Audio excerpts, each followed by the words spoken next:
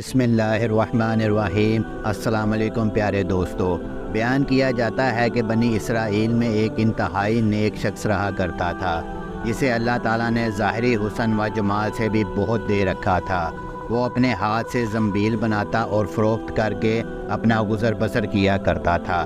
ایک دن وہ بادشاہ کے دروازے پر سے گزر رہا تھا کہ بادشاہ کی بیوی کی خادمہ نے اسے دیکھ لیا۔ جا کر ملکہ سے کہنے لگی کہ یہاں ایک آدمی ہے کہ ایسا حسین شخص کبھی نہیں دیکھا، زنبیل فروخت کرتا پھر رہا ہے۔ ملکہ نے حکم دیا میرے پاس لاؤ۔ اسے لایا گیا تو اسے دیکھتے ہی ملکہ اس پر لٹو ہو گئی۔ کہنے لگی زنبیلیں پھینک دے اور یہ چادر سنبھال۔ باندی سے کہا تیل اور خوشبو وغیرہ لا، ہم اس سے اپنی حاجت پوری کریں گے۔ اور عابد سے کہنے لگی کہ اب تجھے زنبیلیں بیچنے کی ضرورت نہیں رہے گی۔ عابد بار بار انکار کرتا رہا۔ کہنے لگی کہ اگر تو یہ کام نہیں کرنا چاہتا تو اس کے بغیر یہاں سے باہر بھی نہیں جا سکتا، اور دروازے بند کرنے کا حکم دے دیا۔ عابد نے یہ حال دیکھا تو کہنے لگا کیا تمہارے محل کے اوپر کوئی ضرورت کی جگہ ہے؟ کہنے لگی ہاں۔ باندی کو حکم دیا کہ اس کے لیے پانی وغیرہ اوپر لے جا۔ یہ عابد شخص اوپر چھت کے ایک کونے کی طرف گیا، دیکھا کہ محل بہت اونچا ہے، کوئی ایسی چیز نہیں جس کے ساتھ لٹک کر نیچے اتر جائے، اور آخر اپنے نفس سے باتیں کرنا شروع کر دی کہ تو 70 برس سے اپنے رب کریم کی رضا کی طلب میں لگا رہا، رات دن اسی کی عبادت میں گزرتے تھے، تجھ پر ایک شام ایسی آئی ہے جو تیری اس تمام محنت کو ضائع کر دے گی، اور اللہ تجھ سے بڑھ کر کوئی خائن نہ ہوگا۔ اگر یہ شام تیرے اعمال کو فاسد کر دے گی، آخر اللہ کو کیا منہ دکھائے گا؟ غرض اسی طرح سے وہ اپنے آپ کو خطاب کرتا رہا اور آپس میں باتیں کرتا رہا۔ حضور محمد صلی اللہ علیہ وآلہ وسلم فرماتے ہیں کہ اس کے جب اس نے بلندی سے کود جانے کا تہیہ کر لیا تو اللہ تعالیٰ نے جبرائیل علیہ السلام کو ندا دی۔ انہوں نے لبیک کہہ کر جواب دیا۔ ارشاد ہوا میرا بندہ میری مصیبت و ناراضگی سے بچنے کے لیے جان کی بازی لگا رہا ہے، جا اپنے پروں سے اس کو تھام لے اور اسے ذرا بھی تکلیف نہ ہونے پائے۔ چنانچہ جبرائیل علیہ السلام نے اپنا پر پھیلایا، اسے پکڑ کر یوں زمین پر رکھ دیا جیسے ایک مہربان باپ بیٹے کو رکھتا ہے۔ فرمایا کہ عابد یہاں سے سیدھا گھر گیا، زنبیلیں وغیرہ وہیں رہ گئیں۔ سورج غروب ہو رہا تھا۔ بیوی کہنے لگی زنبیلوں کی قیمت کہاں ہے؟ کہنے لگا آج تو ان کا کچھ نہیں ملا۔ کہنے لگی تو آج رات افطار کس چیز سے کریں گے؟ کہنے لگا آج کی رات یوں ہی سرا صبر سے کاٹ لیں گے۔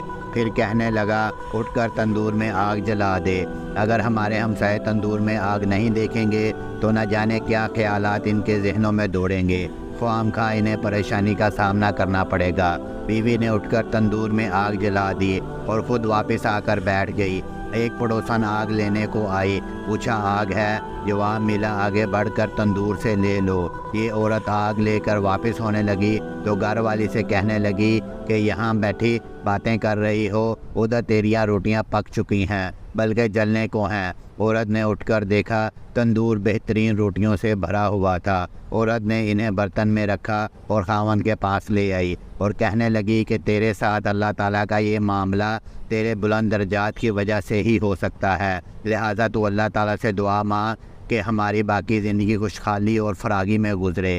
عابد کہنے لگا اسی حال پر صبر اچھا ہے، مگر عورت کا اصرار بڑھتا گیا، حتیٰ کہ عابد نے دعا کرنے کا وعدہ کر لیا۔ آدھی رات کو اٹھ کر نماز پڑھی اور اللہ تعالیٰ سے دعا مانگنے لگا کہ اللہ میری بیوی کا اصرار اور تقاضا یہ ہے کہ اس کو باقی عمر میں خوشحالی اور فراغی عطا فرما۔ اتنے میں چھت پھٹ گئی، یاقوت اور موتیوں سے بھری ہوئی ایک تشتری نیچے آئی جس سے تمام گھر جگمگا اٹھا۔ عابد نے بیوی کا پاؤں دبایا جو قریب ہی میں سوئی ہوئی تھی اور کہا کہ اٹھ کر بیٹھ، جو کچھ مانگتی تھی وہ سنبھال لے۔ عورت بیدار ہو کر کہنے لگی جلدی نہ کرو، اس مقصد کے لیے تو نے مجھے نہ ہی جگایا ہوتا، میں نے تو خواب دیکھ رہی تھی کہ سونے کی بہت سی کرسیاں بچھی ہوئی ہیں جو بہت سے ہیرے جواہرات سے لدی ہوئی ہیں، مگر ان میں سوراخ ہیں۔ میں نے پوچھا یہ کرسیاں کس کی ہیں؟ جواب ملا یہ تیرے خاوند کے بیٹھنے کے لیے ہیں۔ میں نے پوچھا یہ سوراخ کیا ہیں؟ جواب ملا یہ وہی نقص اور کمی ہے جو دنیا کی جلد بازی کی وجہ سے واقع ہوئی ہے۔ تو میں نے کہا کہ میں کسی ایسی چیز کی خواہش نہیں رکھتی جس سے تیری نشست گاہ میں نقص پیدا ہو، لہٰذا اپنے رب سے اسے واپس کرنے کی دعا کر لو۔ عابد نے دعا کی اور تشتری واپس چلی گئی۔ بے شک جو اللہ کے خوف سے اپنے آپ کو نفسانی خواہشات سے بچاتا ہے تو اللہ تعالیٰ یقیناً اس کی مدد فرماتا ہے۔ اللہ پاک سے دعا ہے کہ اللہ پاک ہمیں اس واقعے سے سبق حاصل کر کے اس پر عمل کرنے کی توفیق عطا فرمائے۔ آمین۔